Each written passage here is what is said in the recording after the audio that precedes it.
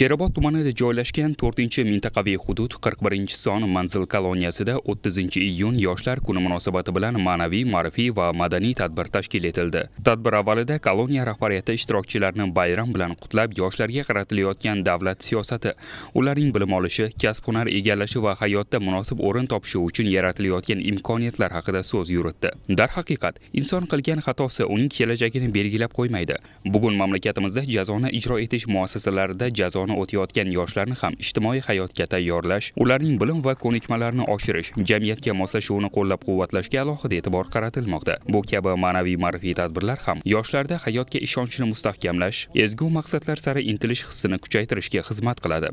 Prezidentimizning tashabbusi bilan mana yoshlar haftaligiga koloniyadagi yoshlarga ham katta e'tibor berib kelgan ekansiz. Katta rahmat.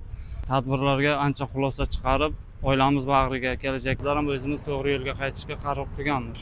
Tadbir davomida tuman madaniyat bo'limi san'atkorlari tomonidan kuy-qo'shiqlar ijro etilib, badiiy chiqishlari namoyish etildi. Ijodiy dasturlar ishtirokchilarga ko'tarinki kayfiyat ulashib, vatanga muhabbat, tinchlik, mehr-oqibat va insoniy qadriyatlar haqidagi g'oyalarni targ'ib qildi.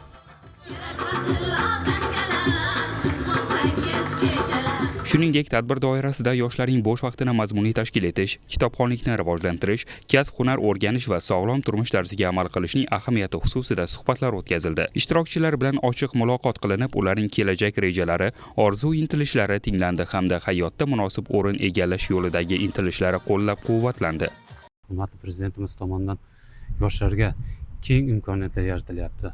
Mana shu imkoniyatlar tariqasidagi ikkinchi imkon loyihasi asosida Qirmizi manzil koloniyasida ham yetarli ishlar amalga oshirildi. Jumladan mana shu 156 nafar yosh mahkumlardan 80 nafari turli xil kasbga o'qitilib, sertifikatlar bilan ta'minlandi. Bundan keyin ham mana shu Qirmizi manzil koloniyasida tadbirlarimiz davom etadi. Tadbir yana bir bor shuni ko'rsatdiki, jazoni ijro etish muassasasida bo'lgan yoshlar ham davlat va jamiyat e'tiboridan chetda emas. Ular uchun yaratilayotgan shart-sharoitlar, ma'naviy ma'rifiy tadbirlar va tarbiyaviy ishlar kelajakka ishonch bilan qarash, o'z hayotini yangi sahifadan boshlashga bo'lgan intilishini mustahkamlashga xizmat qilmoqda.